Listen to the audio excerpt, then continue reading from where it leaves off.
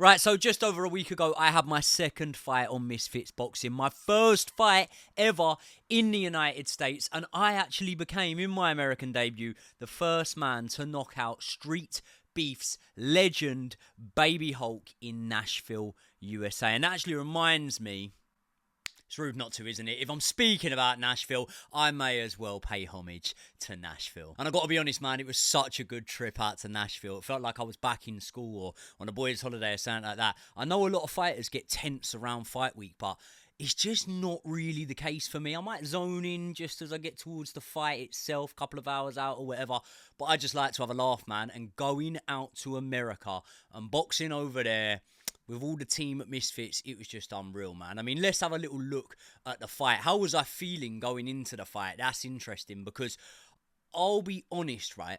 I always used to be shitting myself before any of my fights, and I'll use this opportunity once again because there is conspiracy theories going around left, right and centre on the internet about me.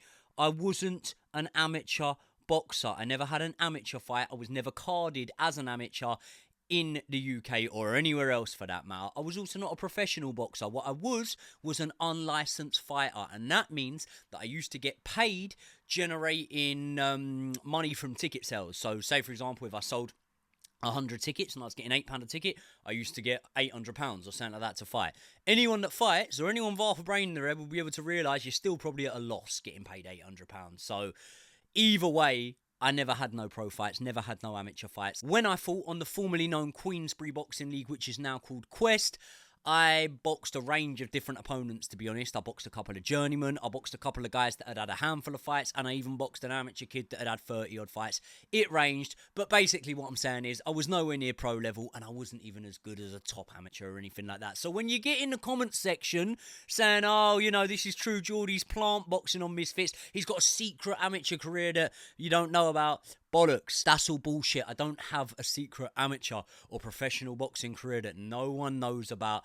I'm just really good looking. Nah, joking. Right, where was I? Should I take that hat off, or I'm sort of committed to it now? Might as well leave it on. Let's talk about the fight. I wasn't that nervous for this one, to be honest. Did I think that I was going to get a stoppage over Baby Hulk? Well, obviously quite a lot of people, including the commentary team on the night, had said, oh, Joey's going for a points win in this one. I wasn't going for a points win. I knew that I was going to be able to get a stoppage. I seem really smug saying it right now, but I did think I'd be able to get a stoppage over Baby Hulk. I told a lot of people the second round, my advice from my corner was just to get a gauge, download some information on him, work out what works and what doesn't work early on, and then by the second round we'll start to sit down on our shots a little bit more. But I felt it in there. My coach felt it. One of my corner team, Alfie, was about to pass my coach the stool to sit me down in between rounds, and my coach, Joe Miles, just literally put his hand on the stool and said, you're not going to need it. So we could feel it was coming in there. It came at the right time. It is pretty good. I do think with Baby Hulk himself, time will be the best storyteller with this guy, because I honestly believe that Baby Hulk is going to give a lot of good lightweights problems. Would I make Baby Hulk as a favourite against Yuddy Gang or Cray Cray? No, I wouldn't. But styles make fights. I think that Baby Hulk can be in good fights now. I think against the more technical guys, he might struggle a little bit, and I think against guys that have a bit more power, like I've shown so far, like Dean's shown in his Misfits career, he might have problems there. But I think if you were to match Baby Hulk up against, let's say, for example, and this isn't my own suggestion, Brian has said about this already, if you were to match Baby Hulk up against Small Spartan J, I think that's a really exciting fight that everyone would want to see. Both men, you know, small in stature, but got a lot of heart, a lot of skill as well. And that's one thing that I would give Baby Hulk, is like, I didn't really realise the level of skill he was going to have. Now listen, he's no Muhammad Ali, but the fella was decent. His hands were 10 times quicker than we saw in the open workout, which we sort of knew. But I did say to everyone early doors, right, before anything, my mum, for example, right, I know my mum worries, and this is the first fight she wouldn't have been in attendance for that I've ever had, right?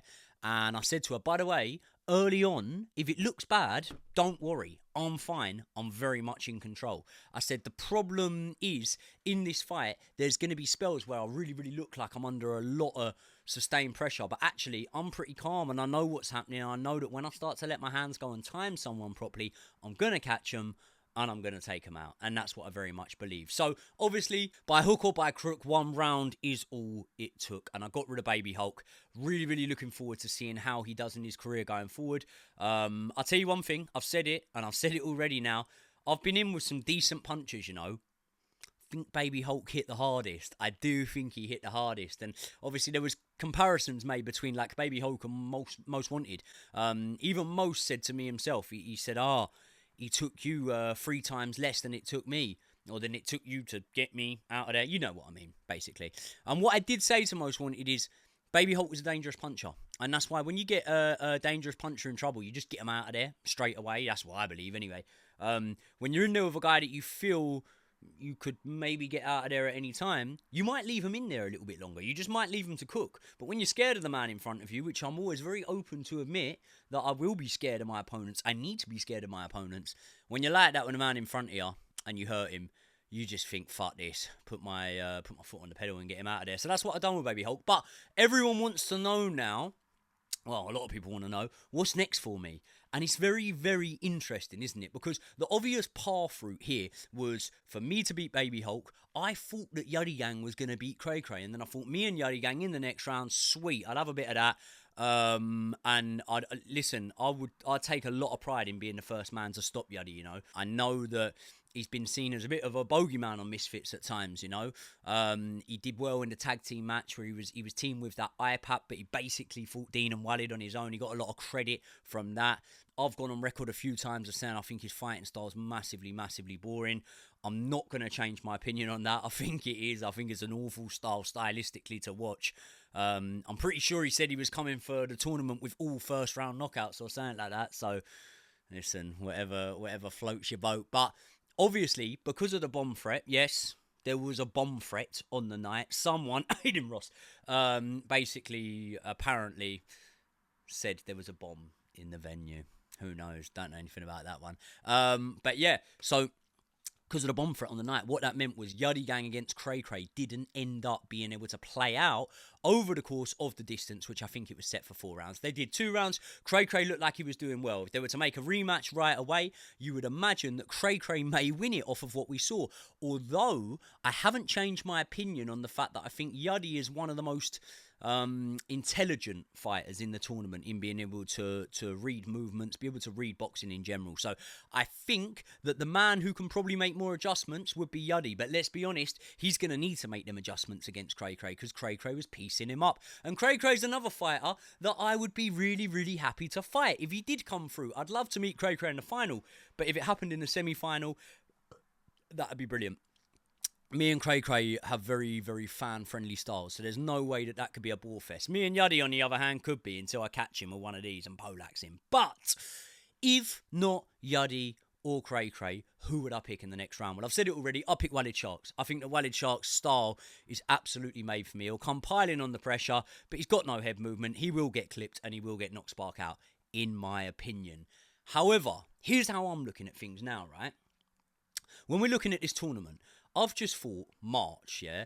The next time I'm possibly going to get an opportunity to fight is going to be what?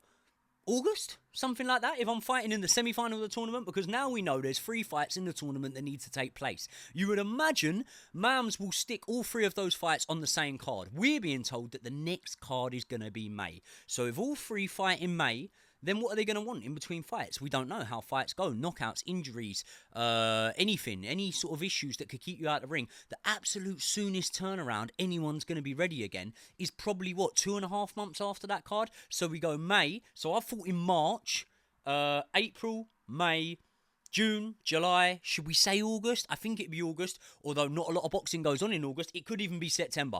That's up to 6 months, man. I've just come off the back of having a little dance and play about with Most Wanted and then knocking out Baby Hulk in 1 round. That means I have done less than 4 rounds of boxing in the last 3-4 years, something like that. I want to crack on, mate. And although I'm sparring at a very high level, I do think that the inactivity of now sitting there for 6-7 months might be counterintuitive. So if not the tournament, who do I want next? Evil Hero. I think me and Evil Hero is a 50-50 matchup.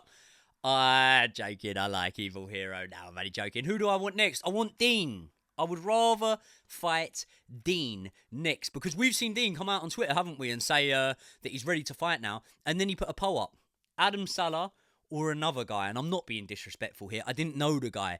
It's funny because in response to the poll, I saw a lot of people saying, well, hold on, we want you to fight Joey. But Adam Salah or the other guy, we've heard Dean speak time in, time out now about fighting Adam Salah. Why does Dean want to fight Adam Salah? Because he's shit. Probably. Normally the reason, isn't it? No, listen, Adam Salah, probably decent for the amount of time he's been boxing, and he's got a good following, but followings don't win you fights, mate, I tell you that. And Adam Salah's not the best of the bunch, is he? I don't even think he's in the top 10 lightweights that could fight on Misfits. Me and Adam Salah actually have a mutual opponent, right? We fought the same guy, and we fought him about 2-3 months apart. His name's Marcus Stevenson. He's quite well known on the unlicensed scene for being a fighter that will take fights at short notice. Sometimes in the case when I fought him, he took the fight at a day's notice. And you can see here what happened when I fought Marcus Stevenson. Now, big respect to Marcus. I really like Marcus. But let's be honest, Marcus would tell you himself he couldn't land a punch on me. And what happened when Adam Salah fought Marcus Stevenson? He's incredibly sporting. Oh, lovely right hand. Lovely right. It's not great, is it? He got put on his arse, put down like a sack of potatoes, and he might have been best served to stay down if Marcus hadn't taken that bribe to lose the fight. Sorry. But yeah, listen. Of course, Dean wants to go and fight Adam Salah. I would want that fight too if I could get paid good money for easy work. But what I do think is Dean surely knows that he has a little bit to make up now to the fans, in my opinion, because I do think it left a bit of a sour taste in Misfits fans' mouths that have been sort of investing their time into him, really, really hyping Dean up, and then he just tries to go and fight on another platform or get away from Misfits for some reason. It's weird, isn't it? It's almost like a couple of fighters have come into the mix that have somewhat scared Dean off. I mean, I remember when I first said something about potentially wanting to fight Dean, it was me and Brian. I had never boxed on Misfits at this point, and I said one thing. I just said one thing, which was all respect to Dean the Great, but fuck Dean the Great. I'd fight him in my first fight. All of a sudden, straight away, I put out the tiniest bit, it gets a bite on it, doesn't it? Straight away, I think that evening, Dean's tweeted me, shut the fuck up. But then it's weird, because then I've met Dean, and then I've boxed in front of Dean, in Leeds when he came, by the way, and then I'd say probably 100 to 200 different interviews, bits of media, bits of clips going up on the internet that get circulated everywhere. I've called him out, and I've said I'd like to fight him. And now it's radio silent, so I don't know, my messages just must not be getting through to him. But listen, Dean the Great, here's how I see it going. If you're ready to come back, why don't you just prove yourself and fight someone who actually believes they can beat you, rather than someone getting in the ring which you have clear advantages over. Look at your first couple of fights, man. I mean, Evil Hero, he wouldn't mind me saying this, he's really got no place in a boxing ring, okay? What's the other guy? Puli Arif. Probably decent sort of entry level on Misfits, but never going to be a title contender. And then you got Walid Sharks. The geezer was good. He had won a Golden Gloves apparently, and he had done half decent things on Misfits. But stylistically, you always knew you matched up very well against him. He doesn't move his head. He's there to be hit, and he's easy to counterpunch and easy to read. So why don't you get in there with someone now who realistically, come on, mate, you should still be a favourite against. You should still be a favourite against me now. Why don't you get in there with someone who actually comes to the intention to win? And I'll tell you what, mate, if you beat me, if you nail me to that canvas, outpoint me, you'll have all the respect in the world, man, because I think people understand now what sort of threat that I'm coming with straight away here. So, Dean, you could fight me. If you beat me, you could enter the tournament. You could let the tournament play out. But here's how I see it going. I knock Dean the Great Spark out. I then become the Misfits lightweight champion. I re-enter the tournament at the first possible opportunity. I fight in my semi-final as I was supposed to, and I go through the tournament as the champion. And that means that by hook or by crook, there will be a champion announced or retained by the end of the tournament, and then that champion still has to fight Dean. It's a win-win, isn't it? So that's the way I think things should go, for what it's worth.